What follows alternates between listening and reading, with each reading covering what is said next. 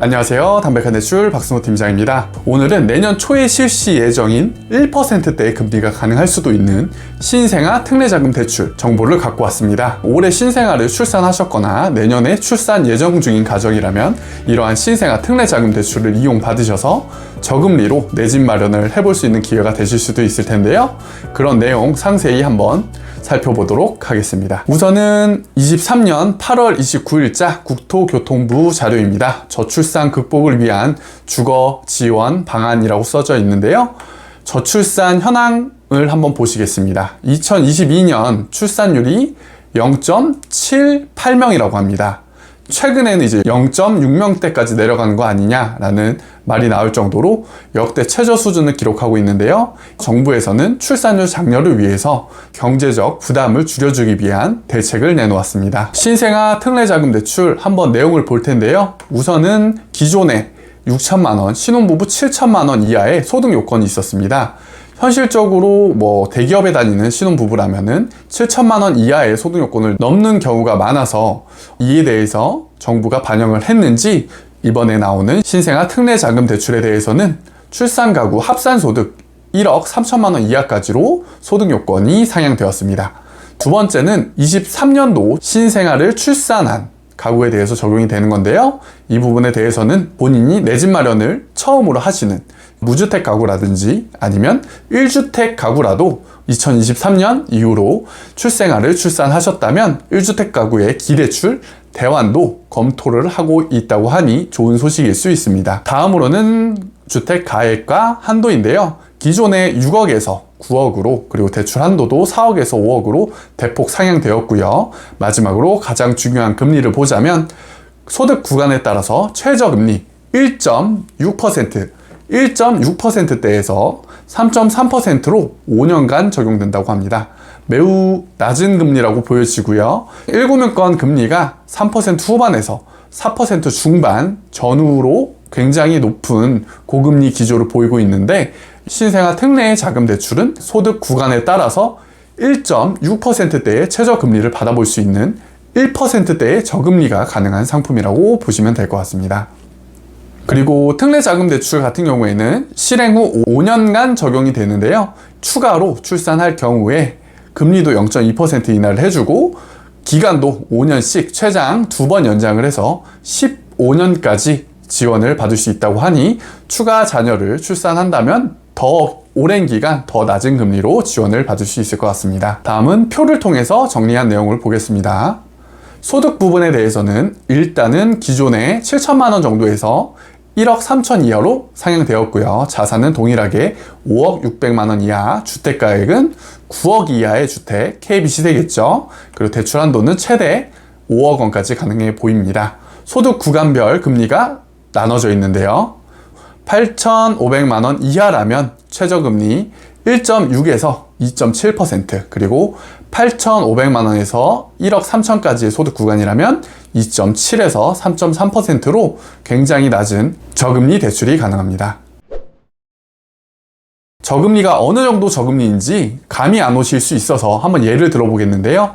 7억 초반의 아파트를 5억의 대출을 받아서 신생아 특례 대출을 이용한다면 만일 2%대의 금리를 지원을 받는다고 하면 월 97만 원 수준으로 낮은 금액의 이자를 내실 수가 있고요. 이와 비교해서 일반 주택담보대출 7명권 금리로 4.5%대 5억을 대출을 받는다면 현 시점에서는 월 원리금이 253만 원 수준입니다.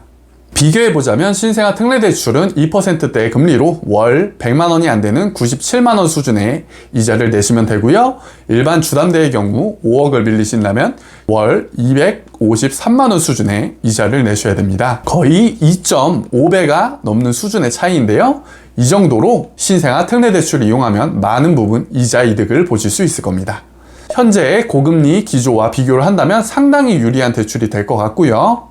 신생아 특례자금 대출은 디딤돌 대출과 같은 기금 대출과 매우 유사한 형태를 보이고 있습니다. 가장 먼저 확인해야 될 게 소득 요건인데요. 기존의 DSR 소득 요건이 아닌 DTI 60% 요건으로 소득 요건이 완화되었으니 이 부분 꼭 확인해 보시길 바라고요. 뒷부분에서 제가 좀 더 자세히 설명드리도록 하겠습니다. 내 집 마련을 할 때 많이 받는 디딤돌 대출과 비교를 해볼 텐데요. 디딤돌 대출 같은 경우에는 신혼가구라고 해도 소득 8,500만 원 이하여야 되기 때문에 적용받을 수 있는 신혼부부가 많지 않았을 것 같고요. 그리고 대출 한도도 최대 4억이었기 때문에 최대 한도 5억인 신생아 특례자금 대출과 비교해서도 한도에 대해서도 조금 아쉬운 경향이 있습니다. 마지막으로 대상주택을 보더라도 평가액이 6억 원 이하인 주택이기 때문에 주택 선택에 있어서도 그 폭이 좁았을 텐데요. 비교해서 보자면 신생아 특례자금 대출은 소득 부분에 있어서도 1억 3천으로 기존 8,500만 원보다 더 높은 소득자라도 지원을 받을 수 있고요. 자산 규모는 5억 600만 원. 동일하고 대상 주택 가격 이 부분이 중요하죠. 9억 이하의 주택까지도 가능하다는 점. 디딤돌 대출은 5억 이하의 주택만 가능했습니다. 그리고 한도는 최대 한도 5억까지 디딤돌 4억에 비해서 1억 정도 증액이 됐고요.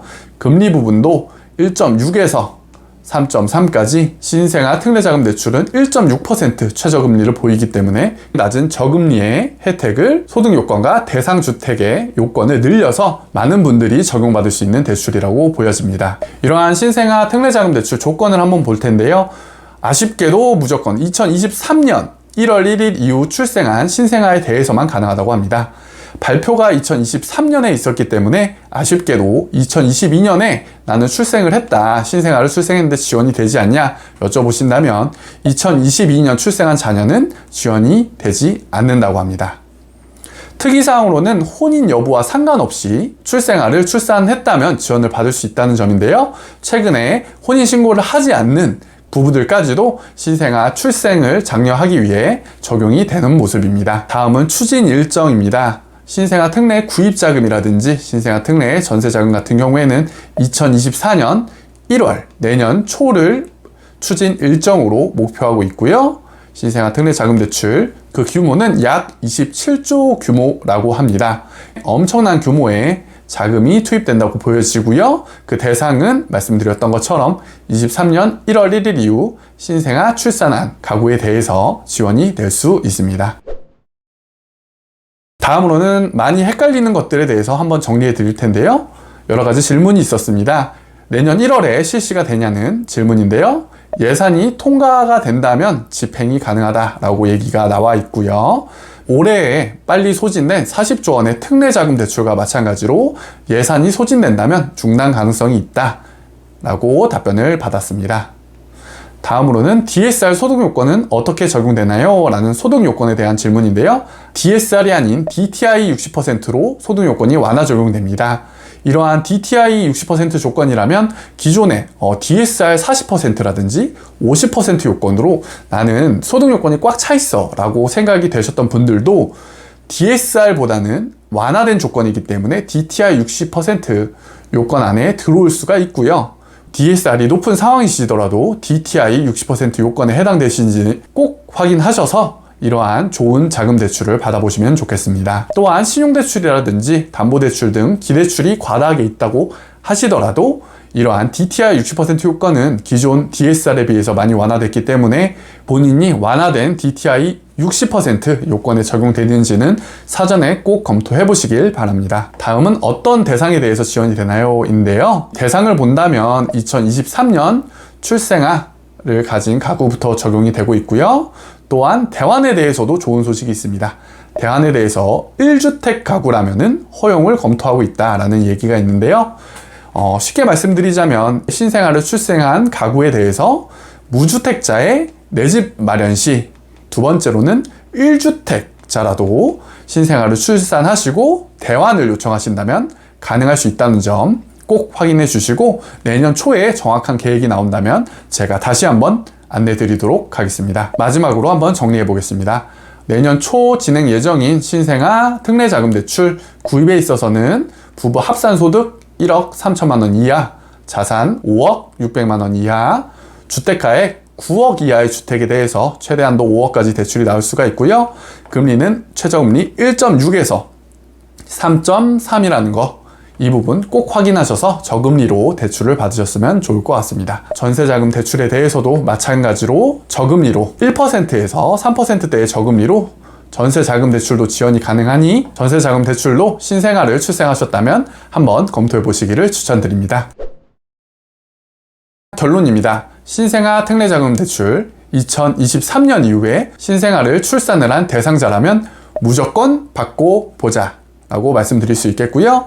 최근에 금리가 많이 올라서 많은 분들이 금융 비용에 대한 부담이 너무 많으신데 2023년에 신생아를 출생하셨거나 2024년에 출생이 예정된 분이시라면 신생아 특례자금 대출을 통해서 무주택자라면 저금리로 내 집 마련을 할 수 있는 기회가 될 것 같고요.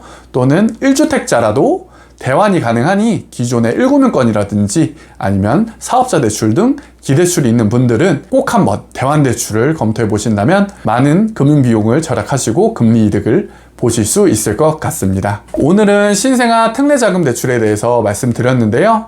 본인의 소득 요건 계산이라든지 신생아 특례자금 대출에 대해서 더 궁금하신 점이나 다른 대출 문의가 있으신 고객님이라면 우측 상단에 있는 담백한 대출 연락처로 직접 연락을 주시거나 담백한 대출 카카오톡 채널로 카카오톡 문의 주시면 저 박순호 팀장이 빠르고 정확하게 피드백 드리도록 하겠습니다. 앞으로도 더 유익하고 좋은 금융 대출 정보를 가지고 찾아뵙도록 하겠습니다. 지금까지 담백한 대출 박순호 팀장이었습니다. 시청해주셔서 감사합니다.